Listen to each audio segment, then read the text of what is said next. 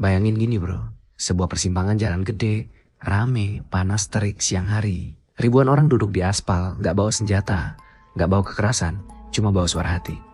Tapi beberapa jam kemudian, tempat itu berubah jadi neraka. Peluru berterbangan, darah tumpah, jeritan pecah di udara. Dan sejak hari itu, nama simpang KKA di Aceh Utara gak pernah lagi sama.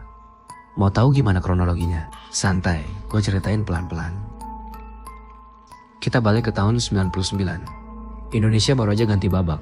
Soeharto turun, reformasi lagi rame-rame. Tapi di Aceh lain cerita. Aceh masih kayak medan perang. Ada operasi militer, ada gerakan Aceh Merdeka, ada rakyat yang tiap hari hidup di antara dua kubu. Percaya deh, yang paling sering jadi korban bukan tentara, bukan kombatan, tapi rakyat biasa. Nah, sehari sebelum tragedi, tanggal 2 Mei 1999, kabar buruk nyebar cepat. 3 orang warga hilang entah kemana. Rumornya, diculik aparat. Dan besoknya, tanggal 3 Mei, ribuan orang kumpul di simpang KKA. Mereka mau nuntut jawaban. Hei, di mana 3 orang itu? Jangan diam aja. Itu intinya. Pagi itu, suasana awalnya damai banget.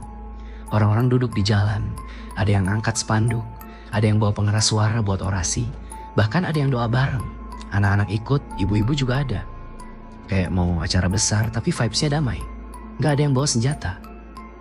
Gak ada yang mau bikin rusuh. Murni aksi damai. Tapi di sekitar masa, ada barisan aparat TNI, polisi, Brimob dengan senjata lengkap diarahin langsung ke kerumunan. Dan lo tahu kan? Kalau rakyat ketemu laras panjang, biasanya endingnya nggak pernah enak. Dan letusan pertama, jam makin siang, panas makin nyengat, orasi makin keras, tuntutan makin kenceng. Mana warga kami? Kenapa diam? Lalu, satu tembakan pecah. Orang kaget, ada yang teriak, ada yang mulai panik. Belum sempat reda, tembakan lain nyusul. Kayak hujan peluru. Bukan ke udara, bukan tembakan peringatan. Tapi langsung ke arah massa. Dan sejak detik itu, damai berubah jadi tragedi. Bayangin ribuan orang yang awalnya duduk tenang, sekarang bubar jalan. Ada yang lari ke sawah, ada yang nyari perlindungan di warung sekitar, ada yang jatuh tersungkur kena peluru. Jalanan penuh dengan darah, tubuh-tubuh tergeletak, spanduk yang tadinya jadi simbol perlawanan berubah jadi kain penutup mayat. Ada ibu-ibu teriak histeris manggil anaknya. Ada bapak-bapak yang nekat angkat teman atau saudaranya dengan kain seadanya. Tangisan, jeritan, campur jadi satu. Chaos total.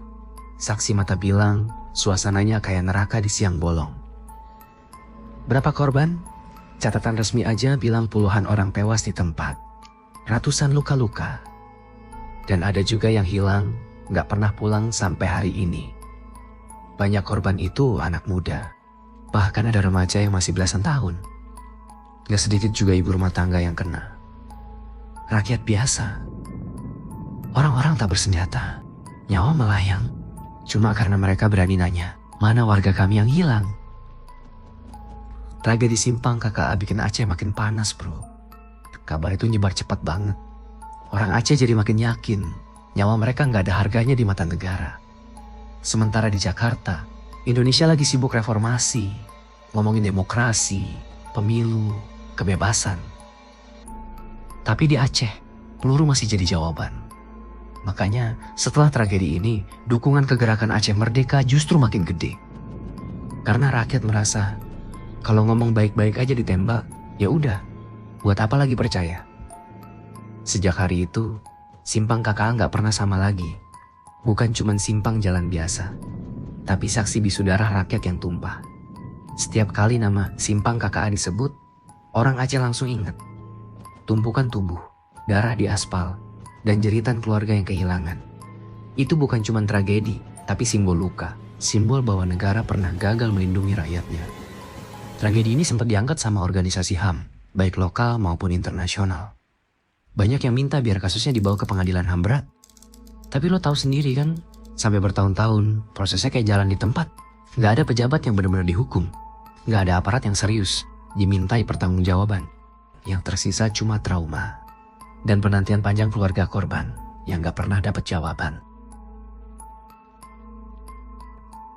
Bro, tragedi simpang KKA itu pelajaran pahit bro. Bahwa ketika rakyat cuma pengen suaranya didengar, tapi malah dibungkam pakai peluru, itu artinya ada yang salah besar.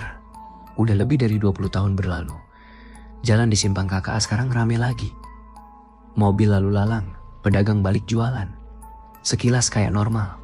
Tapi buat mereka yang kehilangan keluarga, gak ada kata normal. Setiap kali lewat situ, bayangan masa lalu muncul lagi. Tembakan, jeritan, tangisan. Simpang KKA bukan cuma persimpangan jalan, tapi persimpangan sejarah.